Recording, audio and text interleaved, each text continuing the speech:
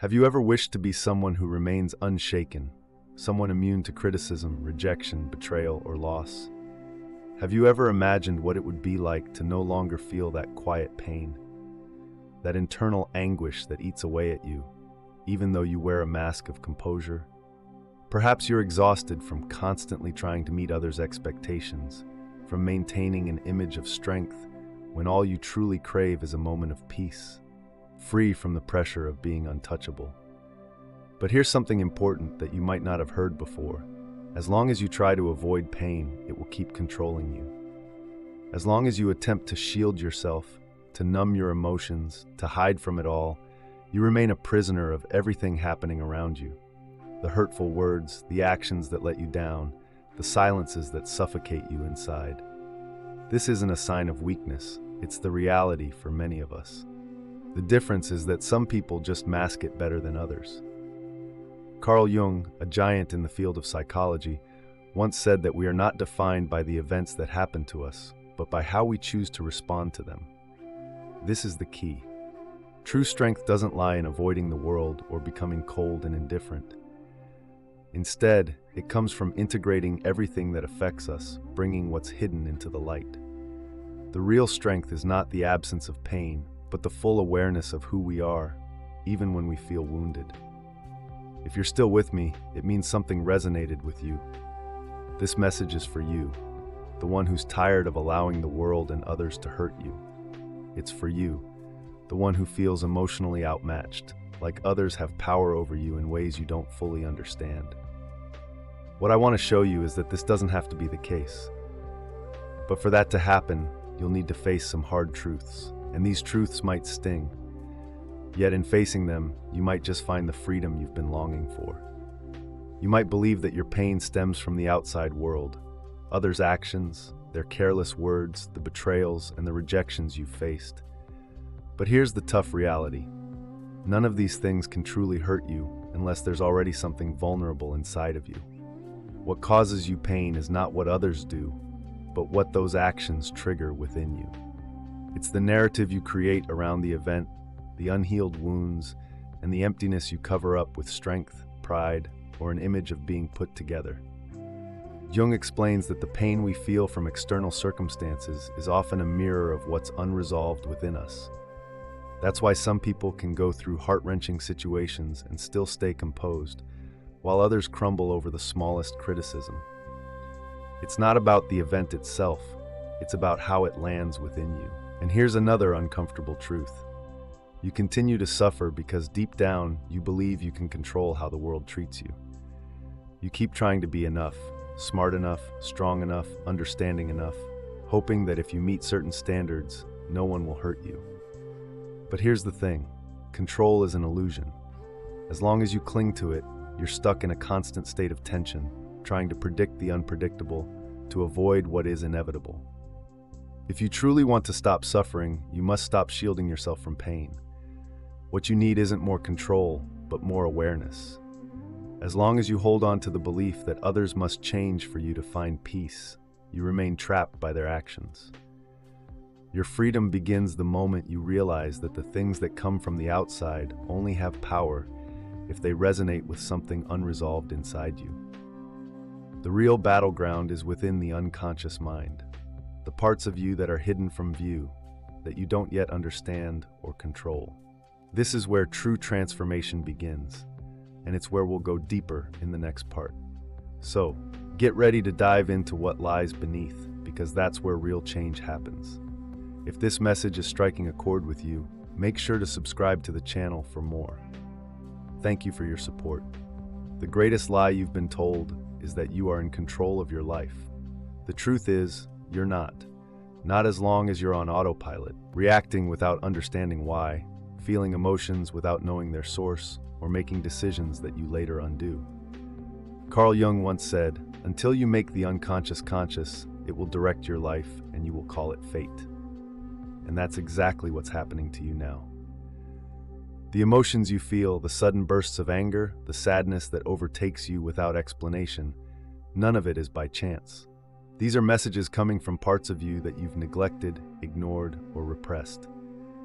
Jung described this hidden realm as the unconscious, It's not some vague cloud of thoughts, it's an active force, a complex system of memories, traumas, desires, and fears that you avoid facing, but which continue to shape your life, your feelings, and your actions. You may find yourself wondering why certain words or actions can destroy you, while others seem to have no effect on others. It's because those words strike at sensitive areas within you that remain unresolved, and the only reason they're still alive is that you've never confronted them. Instead, you've swept them under the rug of your psyche, and now you keep tripping over them. Jung wisely said that we cannot change anything until we fully accept it. Judgment doesn't free us, it only oppresses us. So, what have you been doing? Judging yourself? Silencing yourself? Hiding away, hoping that this will make everything better? The truth is, the unconscious doesn't disappear just because you ignore it. Instead, it finds more destructive ways to express itself, through toxic relationships, recurring patterns of self-sabotage, anxiety, and fears that arise just when things seem to be going well. This isn't bad luck, it's your unconscious trying to wake you up, but you're still choosing to stay asleep. If you truly want to stop being hurt, you need to stop running from what's inside you. As long as you remain unaware of your unconscious, you will remain a puppet to your emotions. The more you try to protect yourself from external pain, the more susceptible you become to internal suffering. But there is a way out, and it doesn't lie in building defenses. It lies in integration. Becoming untouchable is not about building resistance. It's about deep self-awareness and acceptance. Let's talk about what it really means to be unshakable and why this kind of strength doesn't come from putting up walls, but from accepting who you truly are. Most people believe that the only way to avoid being hurt is to shut themselves off from the world. They build emotional walls, put on masks, and pretend that nothing affects them. They say, "I don't care anymore, nothing gets to me." But inside, they're still bleeding. They're corroding from within.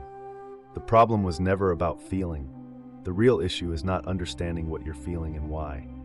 And this only happens to those who haven't yet taken the time to truly know themselves. Jung was clear when he said, "Learn all the theories, master all the techniques, but when it comes to touching a human soul, be just another human soul." That soul you're hiding behind your strong, invulnerable, controlled exterior, it's crying out to be seen.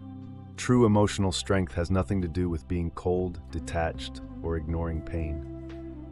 It's not about avoiding conflict or pretending not to care. Strength comes from integration, from acceptance, from bringing everything you've buried in the dark into the light. You don't become untouchable by avoiding pain. You become untouchable by fully accepting and understanding it. By building walls between yourself and the world, you might think you're protecting yourself, but in reality, you're creating a barrier that makes you untouchable. When you realize that nothing can affect what you've already accepted within yourself, you stop reacting to everything around you. You gain the power of choice, no longer being controlled by your emotions, and that is true freedom. Carl Jung referred to this process as individuation, the journey of becoming your true self, not shaped by the expectations of others or what you thought you should be to fit in, but by what naturally arises from within you. It is the meeting of light and shadow, the fusion of ego and unconscious. Individuation isn't about achieving perfection, as Jung explained. It's about integration. You don't need to become someone better, you just need to become whole. Here's a secret that no one tells you. The more you run from pain, the more it chases you. The more you try to avoid being affected, the more fragile you become. But when you face your wounds and embrace who you are, both your beauty and your flaws, your nobility and your shame, nothing outside can dismantle you. However, this path demands courage, the courage to look within, to drop the masks, and to allow yourself to feel. It's within pain that the key to transformation lies. And in the next part, we'll explore how suffering, far from being your enemy, can be the gateway to your real strength. Let's dive deeper, this time without fear. Since you were young, you were taught to despise pain. You learned that suffering is a sign of weakness, that crying is pointless, that feeling too deeply makes you vulnerable. So you ran, you avoided, you denied. But the more you try to flee from suffering, the more it chases you, and worse still, it changes its form. It hides itself in anxiety, anger, apathy, boredom, and self-destructive urges that you can't even trace back to their source. Pain ignored doesn't disappear. It simply burrows deeper, creating tunnels within you. And one day, without warning, everything crumbles. Jung viewed suffering in a different light. To him, pain was the soul's messenger, the unconscious's alarm bell, a language the self uses to get your attention. He said, "Depression is like a lady in black. When she appears, don't push her away. Invite her in, offer her a coffee, and listen to what she has to say." But what do we do instead? We ignore it. We distract ourselves, keep busy, numb our feelings, do anything to avoid facing what really matters. What is this pain trying to teach you? The truth is, suffering only hurts so much because you're still at war with yourself. One part of you wants to evolve, while another part is resisting change, trying to keep things the way they are. There is something deep within that cries out for transformation, but your ego, which craves control, tries to suppress that desire. It is in this internal struggle that pain arises, because growth is uncomfortable. Letting go of old beliefs, severing toxic relationships, and releasing what no longer serves you, that is where the real discomfort lies. This is a mourning, an internal process of both death and rebirth. It is precisely in this space of destruction that something new can emerge. When everything within you breaks down, when your certainties collapse, and when pain exposes your vulnerabilities, you are finally able to see who you truly are, without the layers of protection, without the performances, without the masks. At that exact moment, suffering transforms into something sacred because it brings you to your knees before the only thing that can set you free, yourself. Carl Jung understood this deeply. He recognized that suffering isn't a failure of the system. It is a part of the process. Pain is not the end of the journey. It is the beginning of the path toward individuation. The problem is that most people give up before they cross through this dark valley. They run, distract themselves, or return to what is familiar, but not you. If you have come this far, it means you are ready to move forward. In the next section, we will explore how this journey unfolds and how the path of individuation, despite being solitary and brutal, is what ultimately leads to your freedom. Let's dive deeper now. Very few people have the courage to begin the journey of individuation, and even fewer have the strength to see it through. This path doesn't promise comfort, it doesn't offer guarantees, it doesn't protect your ego, it dismantles it. Jung described individuation as the process of becoming who you truly are, but that primarily means unlearning who you thought you were. And that process hurts more than any external rejection, because you start realizing that much of what you thought defined you was merely an illusion. You are not your accomplishments, you are not your traumas, you are not the image you created to gain love, respect, or admiration. All of that was built to help you survive. But surviving is not living. Individuation is life's call beyond mere survival. It is when the unconscious forces everything you have repressed, hidden, or distorted to the surface. Individuation requires the dissolution of the persona, the mask we wear to conform to collective expectations. Jung wrote that this persona is simply a mask created for convenience. In other words, you will need to strip away your own skin to discover what lies beneath. In this process, you begin to become untouchable, not because nothing can affect you, but because you've already walked through the fire. You've faced your monsters, you've looked into the eyes of your shame, your neediness, your anger, and you've said, "I see you, and you no longer control me." It is this inner clarity, this lucidity when confronting your own darkness, that grants you a strength independent of approval, recognition, or control. You no longer need everyone's love, you no longer need to win every argument, and you no longer need to appear strong. You know who you are, and that identity cannot be taken away from you. True emotional resilience is not a hard shell, it is a core.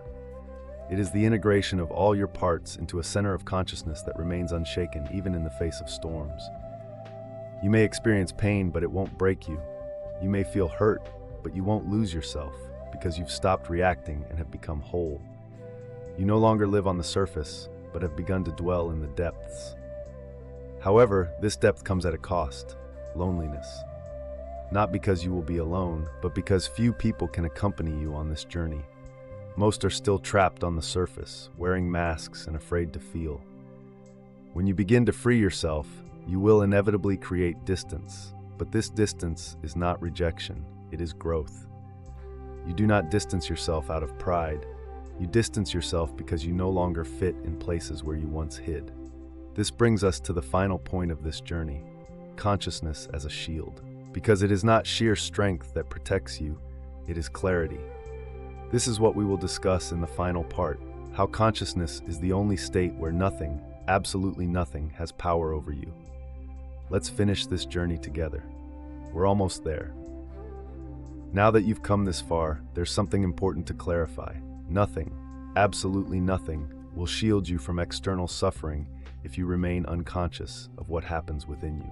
The words will continue to hurt, rejections will continue to sting, and losses will keep bringing you down until you awaken.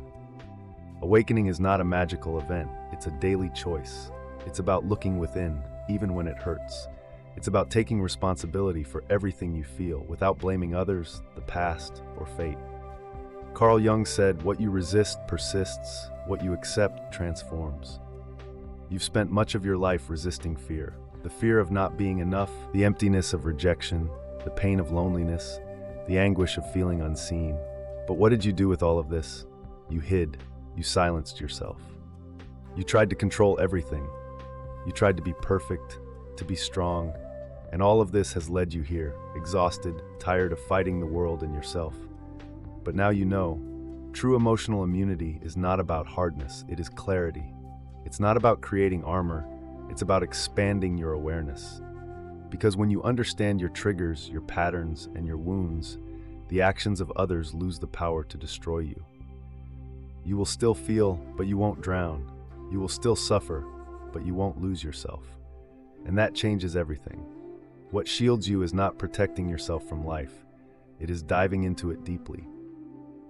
Those who stay on the surface get hurt by every wave, but those who dive know that below the surface there is silence, stability, and strength. That is where you are headed. When you begin to live from a place of integration, presence, and acceptance, the world may still try to knock you down, but it will no longer find a place to hit you. If this video has resonated with you in some way, if something inside you has awakened, write "I choose awareness" in the comments. Let's start a movement of people who no longer want to survive by pretending to be strong, but who want to live with truth. And don't forget, the next video is also part of this journey. It's important. Real transformation begins when you don't stop at the first step. See you there.